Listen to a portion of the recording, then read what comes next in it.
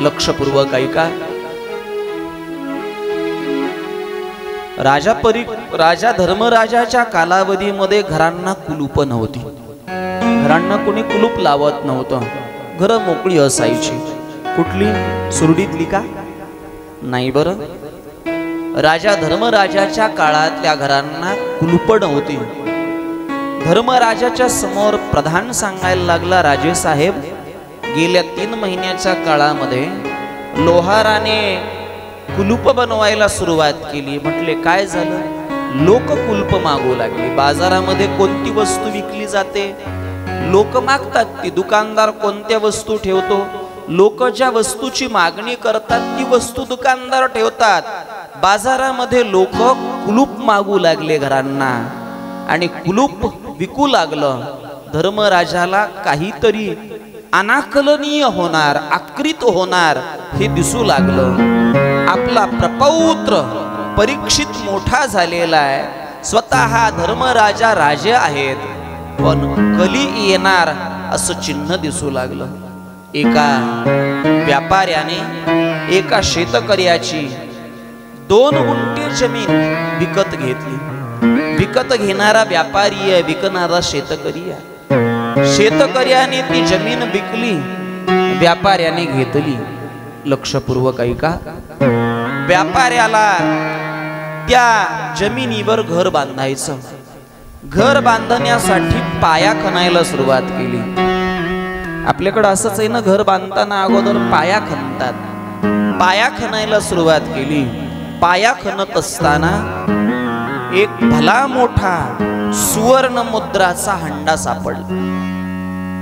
सुवर्ण मुद्राचा हंडा सापडला तसा व्यापाऱ्याने तो उचलला, धर्मराजाच्या दरबारात आला। राजे साहेब, हा हंडा माझा नसून हा हंडा शेतकऱ्याचा आहे, शेतकऱ्याला देऊन टाका। शेतकऱ्याला बोलावलं। शेतकरी दादा, ही जमीन तुमची होती, तुमच्या जमिनीमध्ये हा द्रव्याचा हंडा सापडला आहे, तुमचा तुम्हाला घेऊन टाका।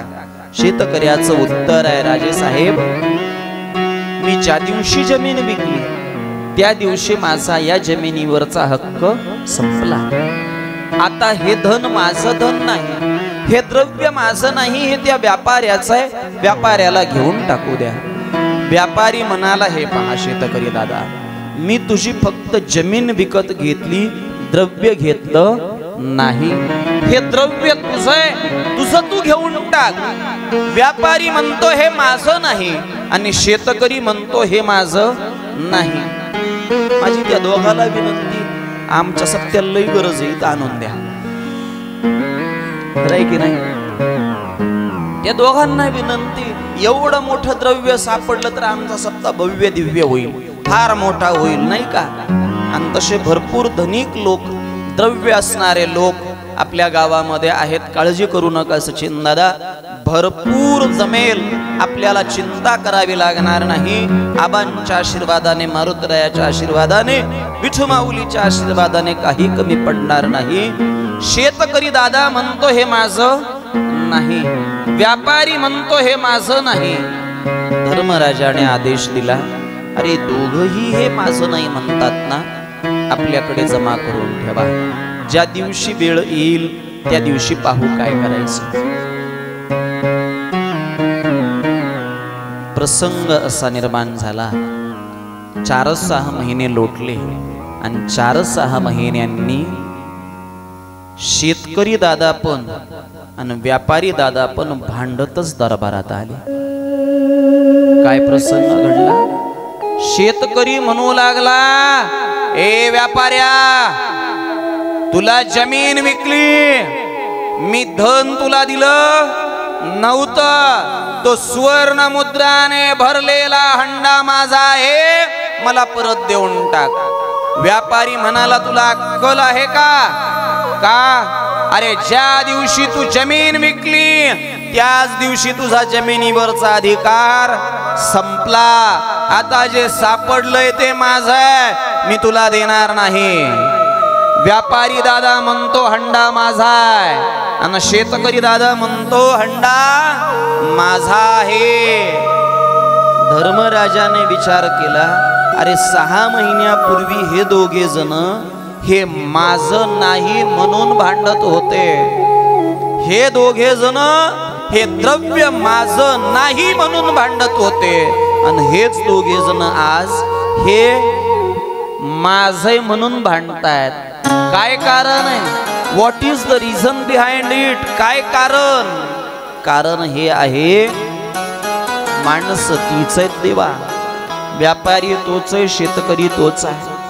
आजही 25 वर्षापूर्वी असणारा भाऊ तोच आहे, इकडं भांडणारा भाऊ तोच आहे, तिकडं भांडणारा भाऊ तोच आहे. आई तीच आहे, वडील तेच आहेत, माणसं तीच आहेत. काय बदललं? ऐका, काळ बदलला, माणसं बदलली नाहीत, काळ बदलला.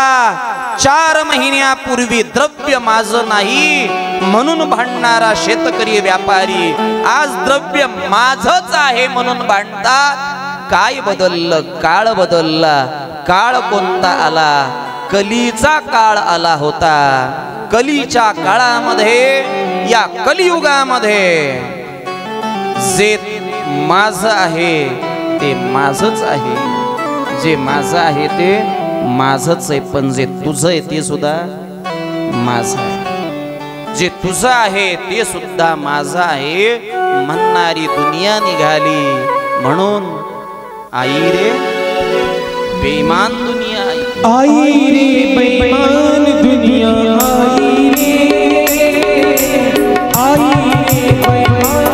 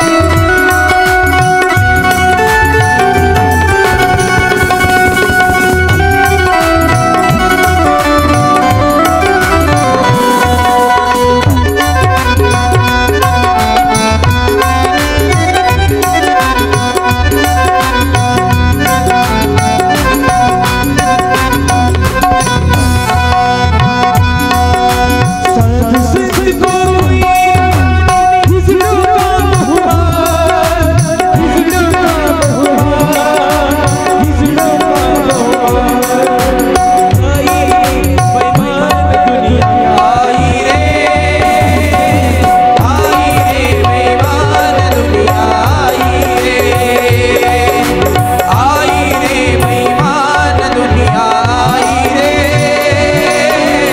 आई रे बेईमान दुनिया, आई रे.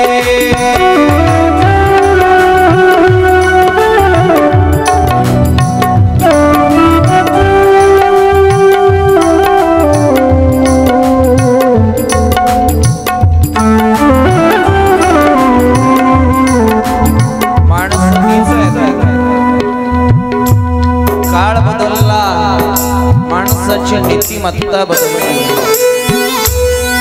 काळ बदलला, बेईमानी वाढत गेली, माणूस इतका बदलला इतका बदलला इतका बदलला, स्वार्थाने बरबटीत झाला। आज ज्या थोरल्या भावाला वनवास मिळाला, धाकट्या भावाला सांगितलं नव्हतं तू वनात जा, पण माझा मोठा दादा वनात जाणार, तर हा लक्ष्मण त्याची सावली बनवून वनात जाईल।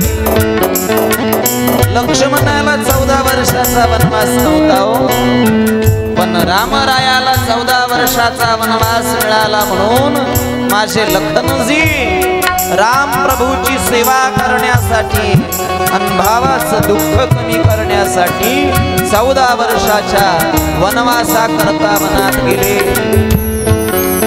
आजही भाऊ भाऊ आहेत, एक भाऊ भावासाठी राज्यावर पाणी सोडतो आणि आजचा भाऊ जमिनीसाठी भावाच्या डोक्यात कुऱ्हाड घालतो।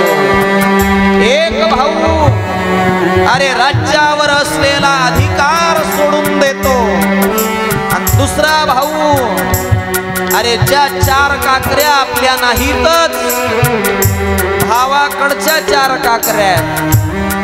मला सांगा ना दादा, बांध टोकरून कधी पोट भरत नसतं, दुसऱ्याचे बांध टोकरून कधी सोयाबीनचं गव्हाचं उत्पन्न वाढत नसतं।